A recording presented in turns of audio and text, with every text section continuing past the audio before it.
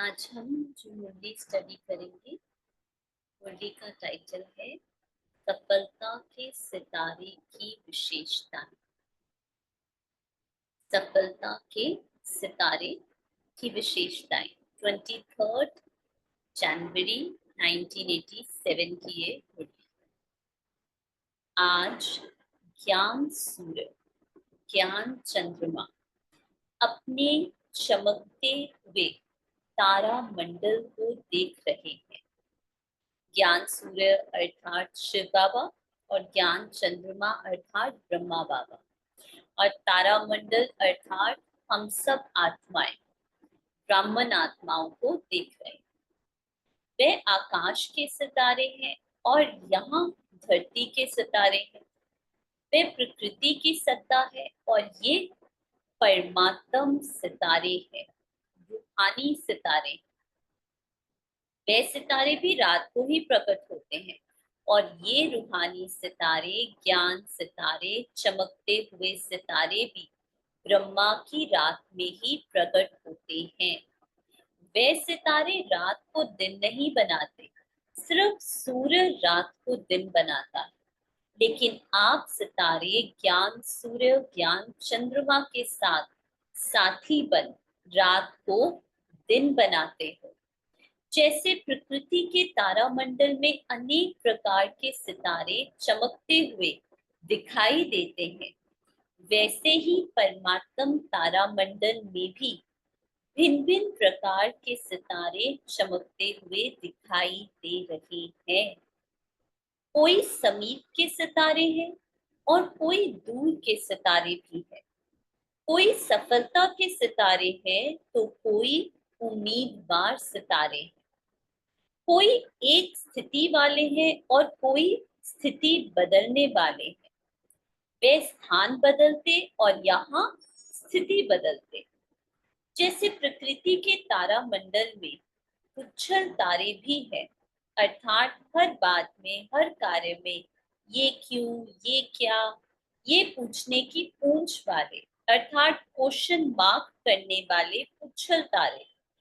जैसे प्रकृति के उछल तारे का प्रभाव पृथ्वी पर भारी माना जाता है, ऐसे जो आत्माएं बार बार पूछने वाली इस ब्राह्मण परिवार में वायुमंडल भारी कर देते हैं। जो आत्माएं, बाबा कहते, बार बार प्रश्नों में जाते हैं।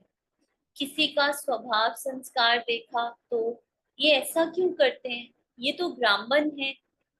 बाहर दुनिया में कुछ हो रहा है, क्या हो रहा है, क्यों हो रहा है, किसी ने कुछ कह दिया, अपने अंदर कोई ऐसा स्वभाव, कोई ऐसा संस्कार आ गया, तो ये क्यों आया, मैंने तो कोई गलती नहीं की थी, ऐसा क्यों हुआ। जब जो अज्ञानी आत्माएं होती हैं, जो कम अनुभवी आत्माएं होती हैं, बाबा क्या कह रहे हैं, ठीक है, वो बहुत पूछते हैं, ठीक है, उनके मन में बड़ा प्रश्न चलता है, जिसके कारण वो खुद तो स्वयं भारी होते ही है, लेकिन वायुमंडल को भी भारी कर देते हैं। और हमने देखा है, हम ऐसी आत्माएं है ना, संबंध संकट में तो आप सब भी आते होंगे, हम भी आते हैं। वो बेचारे खुद अपने आप से इतना दुखी रहते हैं ना, और ऐसा नहीं है कि वो ऐसा रहना चाहते हैं, वो इंटेंशनली ऐसा करते हैं, लेकिन उनका कोई ऐसा संस्कार है कि उनको ना हर चीज में कुछ ना कुछ कमी दिखाई देती है। ये ऐसे नहीं, ऐसे होना चाहिए, मतलब इंटेंशनली नहीं कर रहे, लेकिन उनको उनका नजर ही वहीं पर जाता है। तो क्या होता है, वो बहुत भारी रहते हैं। आप कभी उनके लाइफ के अच्छे अनुभव भी सुनोगे ना, जैसे वो कहीं घूमने भी गए हैं, लंदन, अमेरिका, वो अनुभव सुना रहे हैं, वो घूमने गए हैं, लेकिन ऐसे सुनाएंगे जैसे आपको लगेगा हाय बेचारे कितना दुखी, कितना परेशान है ना। क्योंकि जो प्रश्नों में ज्यादा, जो सबसे किस चीज की कमी है, एक्सेप्टेंस की।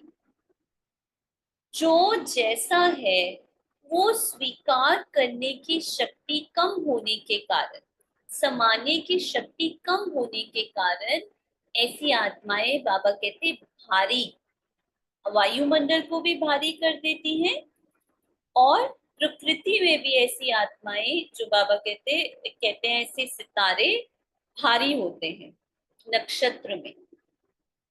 सभी अनुभवी हो, जब स्वयं के प्रति भी संकल्प में क्या और क्यों का पूछ लग जाता है, तो देखो मन और बुद्धि की स्थिति स्वयं प्रति भारी बन जाती है। जब होता है ना, जब हम खुद को ही प्रश्न, पर क्यों ऐसा, या गिल्ट में जाते हैं, या किसी, कितना भारी हो जाते हैं, फिर नहीं हम कुछ कर पाते। इसीलिए कभी भी अपने आप को क्रिटिसाइज करना, अपने आप को गिल्ट में लाना, या स्वयं से या किसी से कंप्लेंट करना, या स्वयं को किसी और के साथ कंपेयर करना कि उनका पार्ट कितना अच्छा है, ये सब क्या करता है, ये मन और बुद्धि की स्थिति को भारी कर देता है। साथ साथ अगर किसी भी संगठन बीच व सेवा के प्रति क्यों, क्या, ऐसे, कैसे, ये क्वेश्चन मार्क की क्यों का पूछ लग जाता है, तो वो संगठन के वातावरण को, व सेवा क्षेत्र का वातावरण को भी फौरन भारी बना देता है। तो इस चीज को ध्यान में रखना। हमने क्या देखा है, बहुत सारे ब्राह्मण बाहर ना भी करें, लेकिन अपने मन में अपने प्रति बहुत क्वेश्चन, बहुत कंप्लेन, बहुत क्रिटिसिज्म करते हैं। एक्सेप्टेंस, सेल्फ लव माना, जो भी पाठ मिला है, जैसा भी पाठ मिला है, उसको एक्सेप्ट करना और उसके प्रति शुक्रिया भाव बाबा से, बाबा, always be contented, always be grateful, जो भी मिला है। ये बहुत इम्पोर्टेंट है इजी और हल्के रहने के लिए इस जीवन में। तो स्वयं प्रति, संगठन के प्रति व सेवा के प्रति प्रभाव पड़ जाता है ना। साथ साथ कई प्रकृति के सितारे ऊपर से नीचे गिरते भी हैं, तो क्या बन जाते हैं, पत्थर बन जाते हैं। यहाँ पर आके उनको स्टेरॉइड्स कहते हैं, वो ऊपर से नीचे गिरते हैं तो पत्थर बन जाते हैं।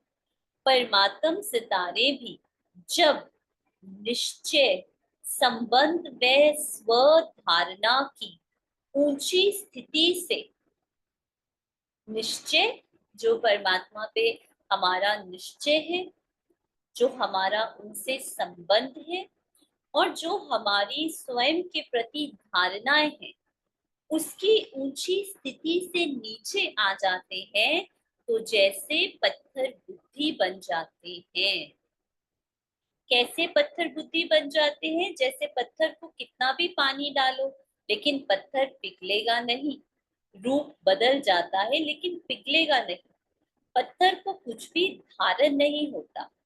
ऐसे में जब पत्थर बुद्धि बन जाते, तो उस समय कितना भी कोई भी अच्छी बात महसूस कराए, तो वो महसूस नहीं कर पाते, क्योंकि सबसे पहले माया कहाँ वार करती है, हमारी महसूसता की शक्ति पर। सबसे पहले माया किस चीज को खत्म करती है, हम जो सही और गलत के अंतर को महसूस कर पा रहे हैं ना अभी, वो खत्म कर देती है, उसको सबसे पहले हिला देती है पूरी तरह से। कितना भी ज्ञान का पानी डालो, लेकिन बदलेंगे नहीं। बातें बदलते रहेंगे, लेकिन स्वयं नहीं बदलेंगे। इसको कहते हैं पत्थर बुद्धि बन जाते। तो अपने आप से पूछो, इस परमात्म तारा मंडल के सितारों के बीच मैं कौन सा सितारा हूँ? सबसे श्रेष्ठ सितारा है सफलता का सितारा। सफलता का सितारा का अर्थ है सदा स्वयं की प्रकृति में सफलता को अनुभव करते, अर्थात अपने पुरुषार्थ की विधि में। अच्छा, मुझे ये बताओ, कब हमें सदा ऐसे लगेगा कि हम प्रोग्रेस कर रहे हैं या कंटेंटेड फील कर रहे हैं, हम जहाँ हैं जो है, ठीक है, हम कैसे, क्या उसके लिए पुरुषार्थ की विधि है कि हम हमेशा सफलता के सितारे, बाबा ने क्या परिभाषा दी, वो आत्माएं सफलता के सितारे हैं जो सदा स्वयं की प्रकृति में सफलता को अनुभव करें, जो सदा स्वयं की स्वयं से संतुष्ट रहे, स्वयं के पुरुषार्थ से, और उनको लगे कि हाँ, हम प्रकृति के रास्ते पर, जो वो स्वयं में अनुभव करते हैं वो सफलता के सितारे हैं। लेकिन उसको अनुभव करने के लिए क्या विधि, क्या पुरुषार्थ करेंगे? हाँ जी। जब मन के चेंजिंग एक्सपीरियंस से खुद को आइडेंटिफाई नहीं करेंगे। Very good, very nice. और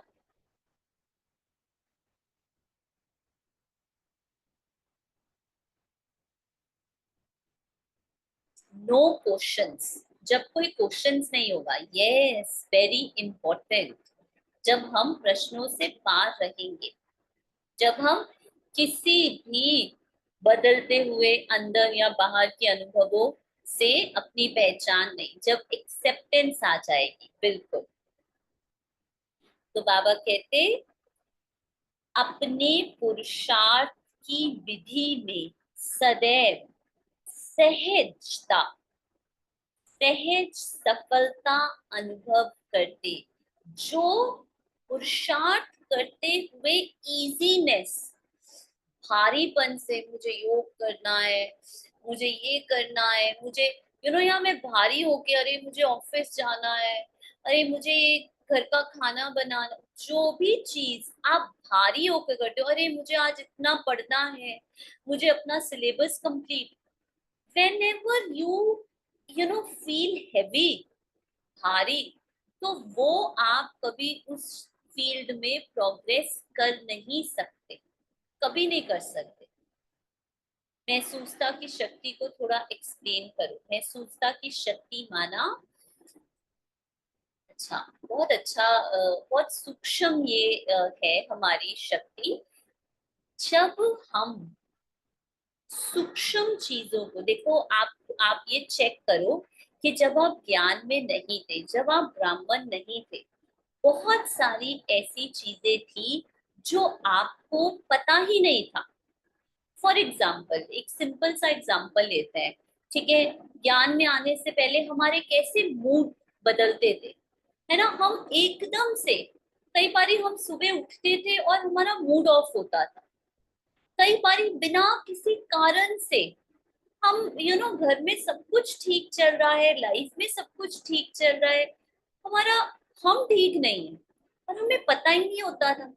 तो हम उसको मूड ठीक करने के लिए फिर हम क्या करते थे, कभी शॉपिंग करने जाते थे, कभी किसी फ्रेंड के साथ कॉफी पीने जाते थे, कभी किसी को बुलाते होते थे, कभी कोई टीवी पर कोई फ्लिक्स देखते थे, कुछ ऐसा करते थे जिससे कि मूड बदल जाए, और उस समय मूड मूड बदल भी जाता था। लेकिन आपने ये अनुभव किया होगा, फिर कुछ दिनों के बाद फिर से वही सर्कल रिपीट होता, और अगर लेट से वो मूड ऑफ वाला आया है, और उस समय में ऑलरेडी कोई स्ट्रेस से या कोई प्रॉब्लम से गुजर रही हूँ, तो हमारा वो चिड़चिड़ापन डबल हो जाता था, और हमें हमें ऐसे लगता था मेरे पास कैपेसिटी नहीं है, मैं इस चीज को हैंडल नहीं कर सकती। फिर हम क्या करते थे, प्लीज मुझे ना ये स्ट्रेस मत दिया करो, मुझे ये बातें मत बताया करो, ये ना मुझे ऐसे लोगों से, ऐसे टॉक्सिक लोगों से दूर रखा करो, ठीक है, क्योंकि हमें लगता था बाहर के ट्रिगर जो है वो हमें स्ट्रेस और हमारे एंजाइटी का कारण है, बट ऐसा होता नहीं। लेकिन अब आपने देखा होगा, जब से आप ब्राह्मण बने, जब से आपने मेडिटेशन करना शुरू किया, जब से आप स्व चिंतन, सेल्फ रिफ्लेक्शन करते हो, तब से आपने सूक्ष्म सूक्ष्म चीजों को अपने में महसूस करनी शुरू की है ऐसा कि नहीं? आप सब क्या कहते हो? आपको ऐसा लगता है कि नहीं, जब से आप लोगों ने मेडिटेशन करना शुरू किया है, आपको बहुत सारी चीजें ऐसी अपने बारे में पता चली हैं जो आपको पहले नहीं पता थी। वो कैसे पता चली? वो महसूसता की शक्ति हमारी डेवलप होती जाती है। जैसे जैसे हम मेडिटेशन का अभ्यास रोज करते जाते हैं, देखो, जैसे अगर मैं कहूँ मैंने 1 साल तक एक्सरसाइज की, या मैंने 6 महीना जिम किया, तो आपको लगता है क्या मेरी बॉडी में कोई फर्क आएगा? 19-20 का फर्क आता है, हार्डली 19-20 का, ज्यादा कुछ नहीं आता है। 1 साल के बाद अगर मैंने योगा करना छोड़ दिया, या 6 महीने के बाद मैंने जिम करना छोड़ दिया, उसके कुछ फर्क नहीं आने। 6 महीने 1 साल करने से कुछ नहीं होता। जब हम लगातार हर दिन करते हैं ना, तो जो हमारी बॉडी है ना, उसकी जो मसल्स है ना, वो इतनी पावरफुल हो जाती है कि पहले छोटी सी चोट लगने से फ्रैक्चर हो सकता था या कुछ, लेकिन क्योंकि आप कितने सालों से लगातार कर रहे हो, आपकी बॉडी उस को बहुत जल्दी सेल्फ हील कर लेती over a period of time, जिसको बाबा कहते हैं बहुत काल का अभ्यास। इसी प्रकार से जब हम बहुत समय से मेडिटेशन करते हैं, ये नहीं मैंने मैंने तो दीदी 6 महीना लगातार मेडिटेशन की, मैं तो पिछले 3 सालों से मेडिटेशन, ये चीजें बहुत सूक्ष्म है, और ये चीजें बहुत सूक्ष्म लेवल पर वर्क करती है। तो आप ये देखोगे जब आप रेगुलर मेडिटेशन करते जाते हो ना, जैसे एक्सरसाइज से आपकी बॉडी, बाहर से आपको नहीं लगेगा, लेकिन अंदर से आपकी बॉडी स्ट्रांग होती जाती है, ऐसे ही मेडिटेशन से आपका मन जो है वो पावरफुल होता जाता है। वो आपको पता नहीं चलेगा, लेकिन आपके आंतरिक शक्तियों का विकास होता जाता है। बहुत सारी शक्तियां हैं, केवल 8 शक्तियां नहीं, उसमें से एक इम्पोर्टेंट शक्ति है महसूसता की शक्ति। अब आपको थोड़ा सा भी कुछ होता है ना आपके अंदर, मन कुछ भी बोलता है, कोई भी बॉडी में सेंसेशन होती है, कैसी भी फीलिंग, कोई पुराने ही संस्कार की एकदम फीलिंग पॉपअप होकर स्क्रीन पर आती है, आप उन सब चीजों को कॉन्शियसली देख पाते हो। क्योंकि देख पाते हो, इस देखने के कारण, इस महसूसता शक्ति के कारण, उन इमोशंस का, उन फीलिंग्स का, उन संस्कारों का प्रभाव हम पे कम कम कम पड़ता जाता है। और यही जो बाहर लोग हैं, जो ज्ञानी लोग हैं, पहले ही कुछ होता है, मैंने ही देखा है अपने आप को, कि पहले सेम परिस्थिति जब मैं ज्ञान में नहीं थी, और जब मैं ज्ञान में नहीं थी, फर्स्ट टाइम पे ही मैं एकदम से उसको एक्शन में ले आती थी। ठीक है, उसको टाइम ही नहीं दिया कि पहले मैं उसको देखूं क्या हो रहा है, एकदम से एक्शन में ले आए। तो अब जो हम जिस रास्ते पर हैं वो उनसे बिल्कुल अलग है। तो ये वन ऑफ द पावर्स है महसूसता की शक्ति, जो हमारे अंदर विकसित होती है जैसे हम इस रास्ते पर चलते हैं। अनियन गार्लिक वाला खाना खाने का प्रभाव अब दिखता है, जंक खाने का, हाँ, करके देखो, एक्सपेरिमेंट है ना। हमेशा शिवानी दीदी एक चीज कहते हैं, आप एक्सपेरिमेंट करके आप देखो, आप खुद करके देखो। जैसे 9 दिन होते हैं ना नवरात्रों के, ऐसे 9 दिन या 21 दिन अनियन और गार्लिक छोड़ के देखो। और ना उस समय जब आपने छोड़ा हो ना, उस समय जब मेडिटेशन करते हो ना, तो मेडिटेशन करने के बाद अपनी डायरी में ना जर्नलिंग करना, और रोज लिखना आपको क्या अनुभव हुए, क्या आपका एक्सपीरियंस था। फिर 21 दिन के बाद दोबारा से अनियन गार्लिक शुरू कर दो खाना, लगातार खाओ। फिर जर्नलिंग में फिर मेडिटेशन करना और फिर लिखना। आपको खुद जब आप उन अनुभवों को कंपेयर करोगे ना, खुद आपको अंतर पता चलेगा। खुद आपको आपके रिएक्शन लेवल, रिस्पॉन्स लेवल, कितनी चीजों का अंतर पता चलेगा।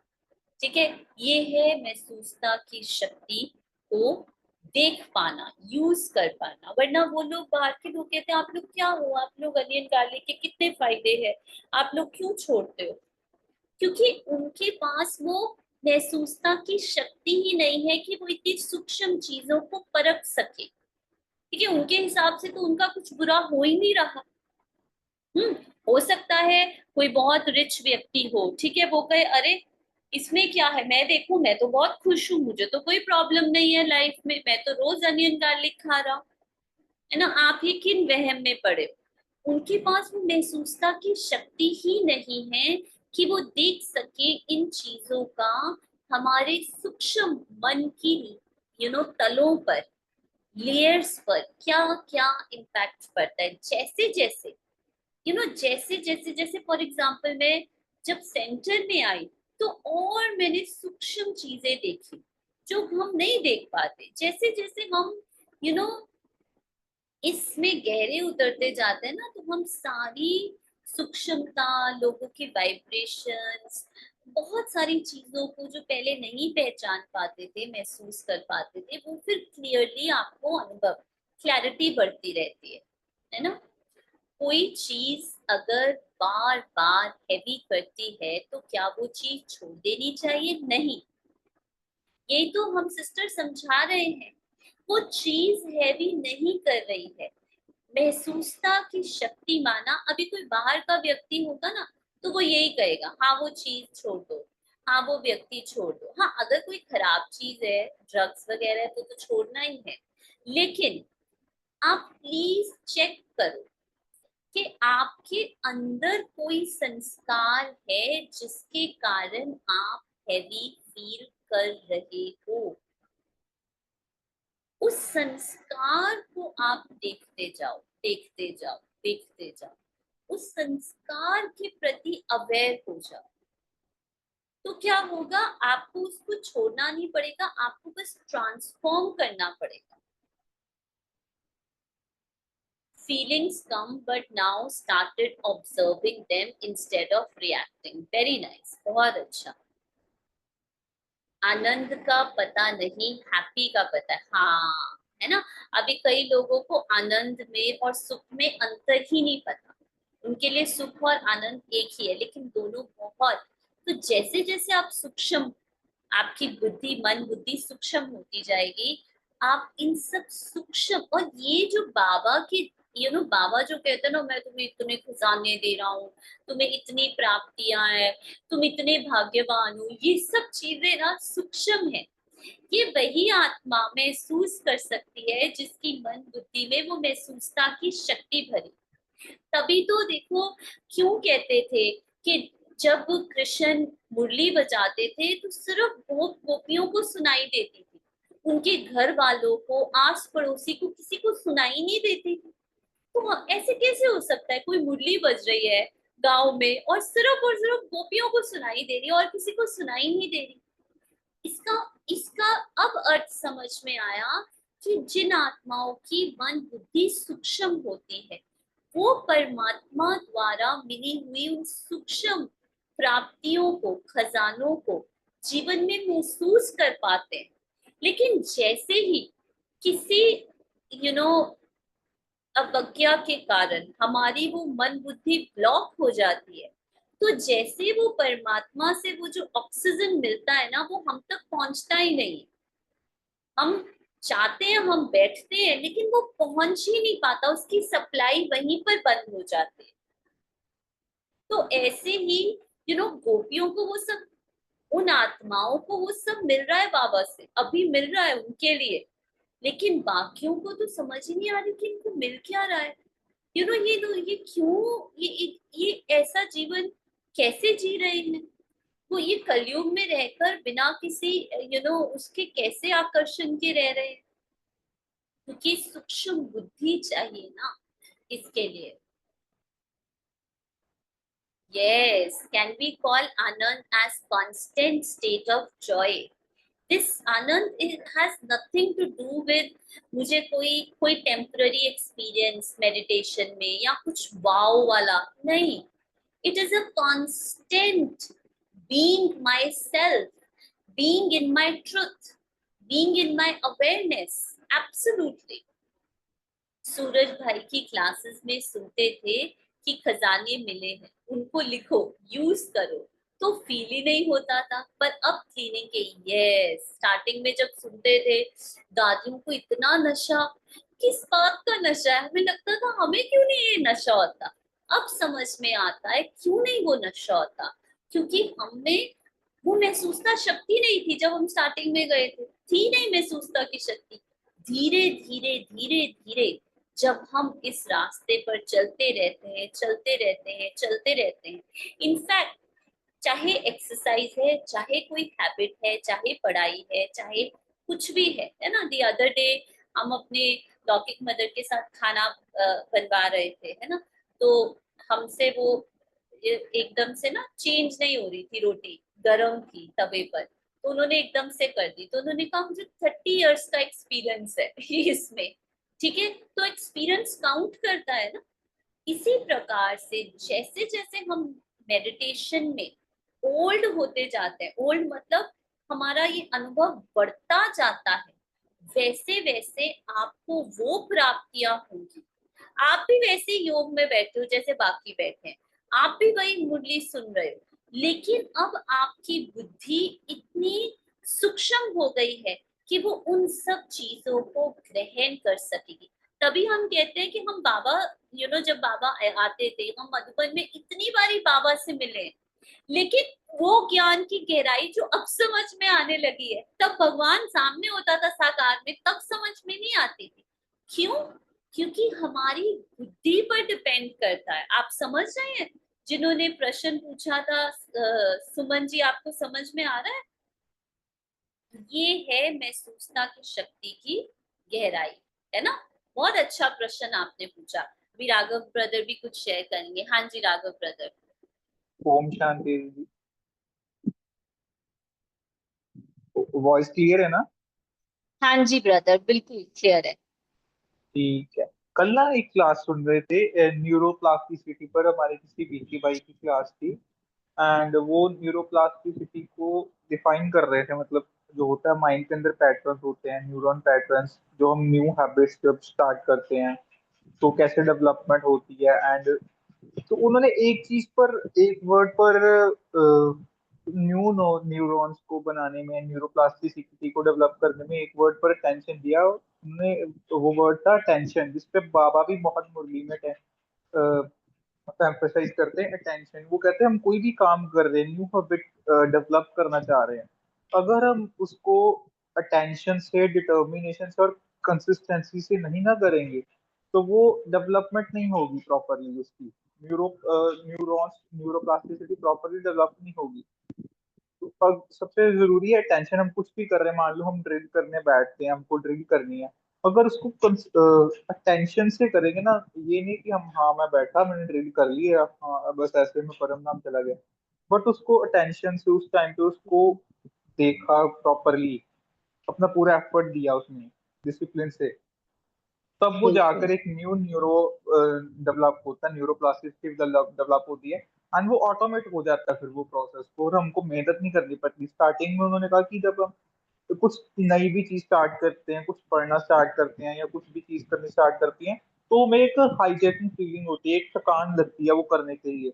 वो थकान कहती इसलिए लगती है क्योंकि ब्रेन आपका न्यू हम्म। डेवलपमेंट हो रही है, न्यू न्यूरॉन्स की। जैसे हम, छोटा बच्चा होता है जब वो खेलना स्टार्ट करता है, कुछ भी नई चीज डेवलप होनी उसकी बॉडी में स्टार्ट होती है, तो थकान जल्दी होती है, and sometimes we need the rest, more rest चाहिए होती है। तो वैसे ही हमारी बॉडी में, हमारे ब्रेन में न्यू न्यूरोप्लास्टिसिटी डेवलप होती है जब हम कुछ भी मेडिटेशन या ज्ञान के विस्तार में जाते हैं, कुछ समझ पड़ती है।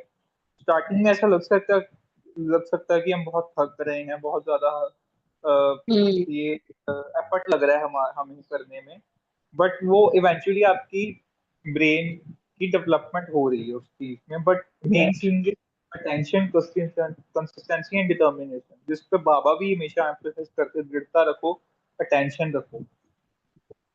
यस, बिल्कुल, एब्सोल्युटली। बिल्कुल, इस चीज में मैं एक चीज और भी ऐड करना चाहूंगी यहाँ पर। वो ये कि ना कई बारी ना हमें फिजिकल चेंजेस तो दिखाई दे जाती है बॉडी में, ठीक है, बॉडी टोन हो रही है, अच्छा एक्सरसाइज का प्रभाव पड़ रहा है। और कई बारी जब हम बहुत समय से इस ज्ञान के रास्ते में चलते हैं ना, तो हमें लग रहा है यार कुछ हो ही नहीं रहा, वही ज्ञान योग वही सब कर रहे हैं, बट ऐसा नहीं होता। आपको नहीं पता, just doing same thing consistently is actually paving such a powerful path। आप इतने पावरफुल पाथ को अपने लिए बना रहे हो ना। ये कई बारी हमें लगता है यार कुछ नया अनुभव नहीं हो रहा, कुछ खास नहीं हो रहा, एक void. It's not like that. आपको नहीं पता, आप बैठे बैठे साधारण ढंग से पुरुषार्थ करते करते कितनी पावर अंदर जमा करते जा रहे हो।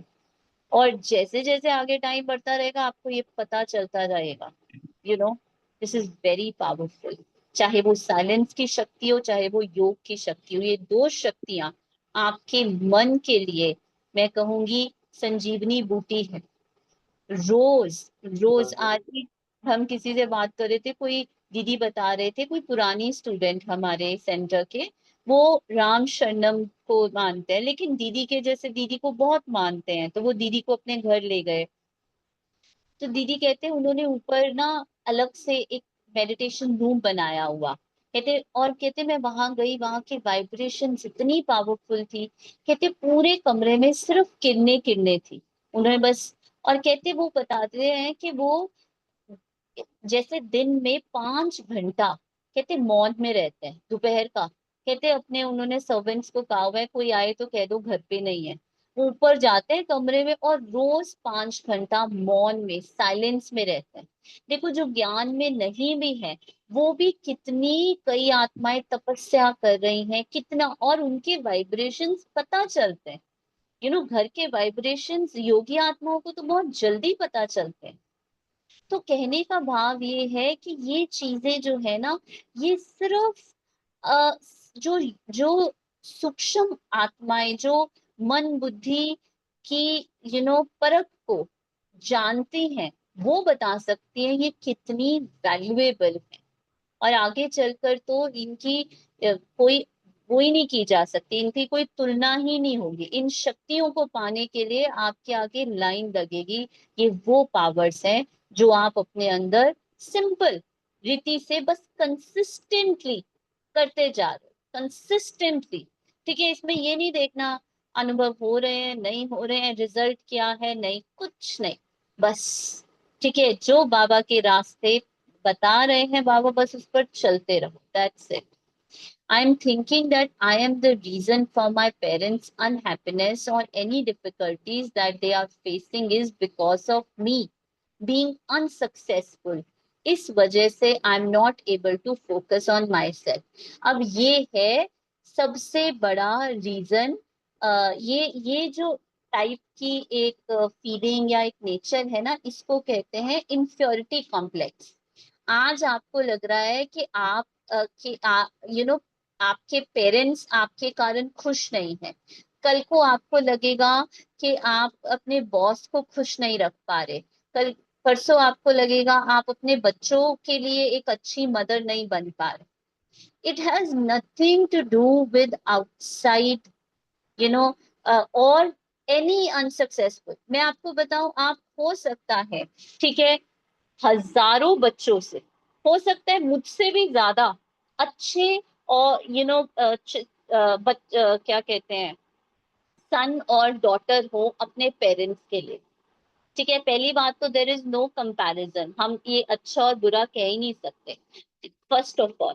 लेकिन it is how I see myself. मैं हमेशा अपने सेशंस में बहुत बारी कहती हूँ, मेरा खुद से कैसा रिश्ता है, वैसा ही रिश्ता मैं दूसरों के साथ एक्सपीरियंस करती हूँ।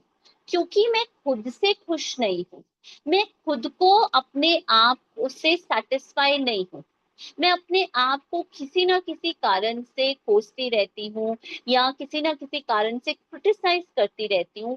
इसलिए मुझे लगता है कि लोग भी मुझसे खुश नहीं है। इसीलिए अगर मैं उनको दुखी देखती हूँ या उनको प्रॉब्लम में देखती हूँ, तो मुझे, मैं अपने पे ब्लेम करती हूँ कि ये मेरे कारण हो रहा है।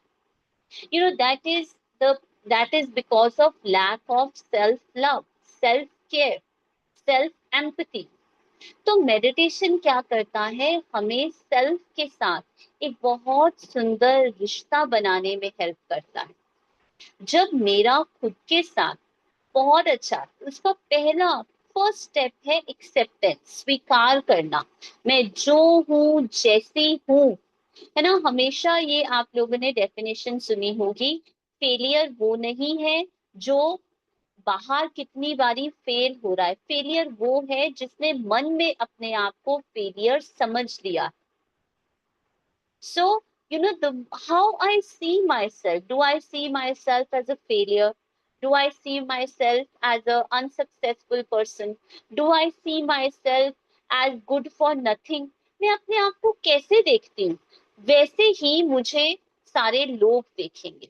तो मुझे अपने आप से एक बहुत सुंदर रिश्ता डेवलप करना पड़ेगा। मुझे अपने आप को प्यार करना सीखना पड़ेगा, इंस्टेड ऑफ कारण निवारण ढूंढना है। एग्जैक्टली सब कुछ अंदर ही है, everything is inside, nothing is outside. तो वो अंदर में ये जो जो मैंने एक लैक की आइडेंटिटी से पहचान बना ली है, that I am not good enough, I am not good enough, उस आइडेंटिटी से बाहर निकलकर अपने ओरिजिनल सत्य को देखना है, जो कंप्लीट है, जो परफेक्ट है, जो ब्यूटीफुल है, जैसा भी है। बस जब आपने वो, जब जिस दिन आपका उससे रिश्ता बन गया ना, उस दिन आपके सारे रिश्ते सारे बदल जाएंगे। It will become beautiful, right. Now I appreciate myself for standing after falling many times. Yes, because fall बाहर नहीं है, fall मेरे अंदर है, ठीक है। fall मेरे नजरिए में है। मैंने ही अपने आप को कह दिया कि तू उठ ही नहीं सकती है, तू कुछ कर ही नहीं सकती है, देन मैं चाहे मून तक चली जाऊं, फिर भी मैं गुड इनफ नहीं रहूंगी अपने लिए। उसमें भी मैं अपनी कोई ना कोई डाउट, सेल्फ क्रिटिसिज्म ढूंढती रहूंगी। So start loving yourself. Don't wait for others to love you. Start loving yourself. Spirituality का फाउंडेशन ही प्यार, स्नेह है। बाबा का स्नेह किसको मिल सकता है? जो खुद को स्नेह करता है, जो खुद को प्यार करता है। तो बाबा कहते हैं, सफलता के सितारे संकल्प में भी, स्वयं के पुरुषार्थ प्रति भी कभी पता नहीं ये होगा या नहीं होगा, कर सकेंगे या नहीं कर सकेंगे। देखो आपका आंसर आ गया। जो सफलता के सितारे हैं वो कभी अपने बारे में ये नहीं सोचेंगे, पता नहीं मैं कर सकूंगी कि नहीं, पता नहीं ये मुझसे होगा कि नहीं। इसको कहते हैं, ये जो थॉट्स हैं ये कौन सी आइडेंटिटी से पैदा होते हैं? Self doubt. जब हम अपने पर डाउट करते हैं तब ये संकल्प आते हैं। ये असफलता का अंश मात्र नहीं होगा। जैसे स्लोगन है, सफलता हमारा जन्म सिद्ध अधिकार है, ऐसे वे स्वयं प्रति सदा सफलता अधिकार के रूप में अनुभव करेंगे। अधिकार की परिभाषा ही है बिना मेहनत, बिना मांगने से प्राप्त हो। अंडरलाइन, अधिकार की क्या है परिभाषा? जो बिना मेहनत के, बिना मांगने से प्राप्त हो, सहज और स्वतः प्राप्त हो, इसको कहते हैं अधिकार।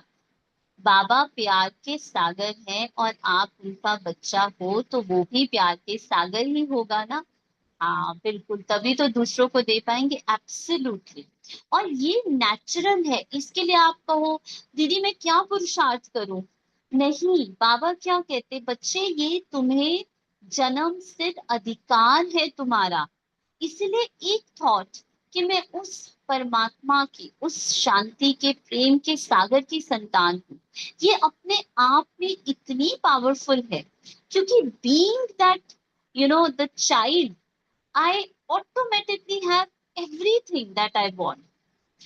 वो अगर परमात्मा मेरा पिता है, जो बाबा कहते हैं ना सारे खजानों की चाबी है बाबा शब्द में, उसका मतलब क्या है? मतलब मेरे पास जो भी मुझे चाहिए वो सब है, अधिकार के फॉर्म में, मुझे मेहनत नहीं करनी पड़ेगी। सहज मेरी नेचुरल नेचर, आत्मा की रियल नेचर ही है प्यार, संतुष्टता, भरपूरता। इसके लिए मुझे मेहनत नहीं करनी है, सिर्फ और सिर्फ जैसे राघव ब्रदर ने क्या रखना है, अटेंशन। क्योंकि हम नए न्यूरोपाथ्स बना रहे हैं, वो सब हमारे पास है, हमें किसी भी चीज के लिए मेहनत नहीं करनी, हम अधिकारी हैं। लेकिन क्या करना है, सिर्फ अटेंशन रखना है, जिसको बाबा कहते हैं स्मृति, स्मृति स्वरूप होकर रहो। ऐसे ही एक स्वयं प्रति सफलता और दूसरा अपने संबंध संपर्क में आते हुए, चाहे ब्राह्मण आत्माओं के, चाहे लौकिक परिवार व लौकिक कार्य के संबंध में, सर्व संबंध संपर्क में आते, चाहे कितनी भी मुश्किल बात हो, सफलता के अधिकार के आधार से आप उसे सहज अनुभव करेंगे। अर्थात सफलता की प्रगति में सदा आगे ही बढ़ते जाएंगे। वो मुश्किलें, चैलेंजेस भी आपके लिए अपॉर्चुनिटीज बन जाएंगी, वो आपको रोक नहीं सकेंगी। फिर आप चैलेंजेस से घबराओगे नहीं, भागोगे नहीं, आप उनको वेलकम करोगे, एम्ब्रेस करोगे, क्योंकि आपको पता है कि वो भी मेरे जीवन का एक अनुभव बन जाएगी।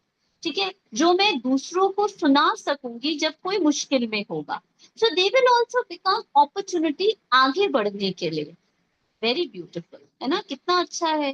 तो हमें कभी किसी चैलेंज से, किसी प्रॉब्लम से, अपनी लाइफ से डरना ही नहीं पड़ेगा। हम कितने फियरलेस बन जाएंगे। हाँ, समय लग सकता है, लेकिन सफलता का अधिकार प्राप्त होकर ही रहेगा। ऐसे स्थूल कार्य व अलौकिक सेवा का कार्य, अर्थात दोनों क्षेत्र के कर्म में सफलता के निश्चय बुद्धि विजयी रहेंगे। कहाँ कहाँ परिस्थिति का सामना भी करना पड़ेगा, व्यक्तियों द्वारा सहन भी करना पड़ेगा, लेकिन वह सहन करना उन्नति का रास्ता बन जाएगा। परिस्थिति को सामना करते परिस्थिति स्वस्थिति के उड़ती कला का साधन बन जाएगी। वही कारण किसमें परिवर्तन हो जाएगा, निवारण में परिवर्तन हो जाएगा। वही चैलेंज अपॉर्चुनिटी बन जाएगा आगे बढ़ने के लिए। अर्थात आपके जीवन में हर बात में सफलता स्वतः, सहज और अवश्य प्राप्त होगी। अंडरलाइन। तो जब ऐसी सोच हो जाएगी, जब हमारा ऐसा नजरिया हो जाएगा, तो जीवन में हर बात, चाहे वो प्रॉब्लम हो, चाहे वो कुछ भी हो, वो स्वतः, सहज और सफलता प्राप्त करने का अवश्य मार्ग बन जाएगा। How beautiful. सफलता का सितारा उसकी विशेष निशानी है, कभी भी स्व की सफलता का अभिमान नहीं होगा, कभी भी वर्णन नहीं करेंगे, अपनी गीत नहीं गाएंगे, लेकिन जितनी सफलता उतना ही आप नम्रचित, निर्माण और निर्मल स्वभाव के बनते जाएंगे। ऐसे नहीं अरे मैं कुछ खास हूं, अरे मेरे पास कुछ ऐसा है, लेकिन बाबा कहते सबसे बड़ी निशानी है कि आप नम्रचित, निर्माण और निर्मल स्वभाव के बनते जाएंगे, और दूसरे उसके गीत गाएंगे, लेकिन वह स्वयं सदा बाप के गुण गाएगा। सफलता का सितारा कभी भी क्वेश्चन मार्क नहीं करेगा। ये तो स्टार्टिंग में भी बाबा ने कहा और फिर से रिपीट कर रहे हैं। सदा बिंदी रूप में स्थित रहे, हर कार्य में औरों को भी ड्रामा की बिंदी स्मृति में दिलाए, विघ्न विनाशक बनाए, समर्थ बनाए, सफलता की मंजिल के समीप लाता रहेगा। सफलता का सितारा कभी भी हद की सफलता की प्राप्ति को देख, प्राप्ति की स्थिति में बहुत खुशी, अंडरलाइन कल भी बताया था ना, कभी भी देखो आप जिस रास्ते पे चल रहे हो ना, उस रास्ते पर सफलता गारंटी गारंटी है, ये मैं लिख कर दे सकती हूँ। लेकिन वो तब तक नहीं आपको मिलती जब तक आप उसको हैंडल करने के काबिल नहीं बन जाते। ये मैंने देखा है अपने लाइफ का, फिर से अनुभव से बता रही हूँ। वो व्यक्ति, वो चीज, वो पैसा, पद, पोजीशन आप कभी नहीं मिलता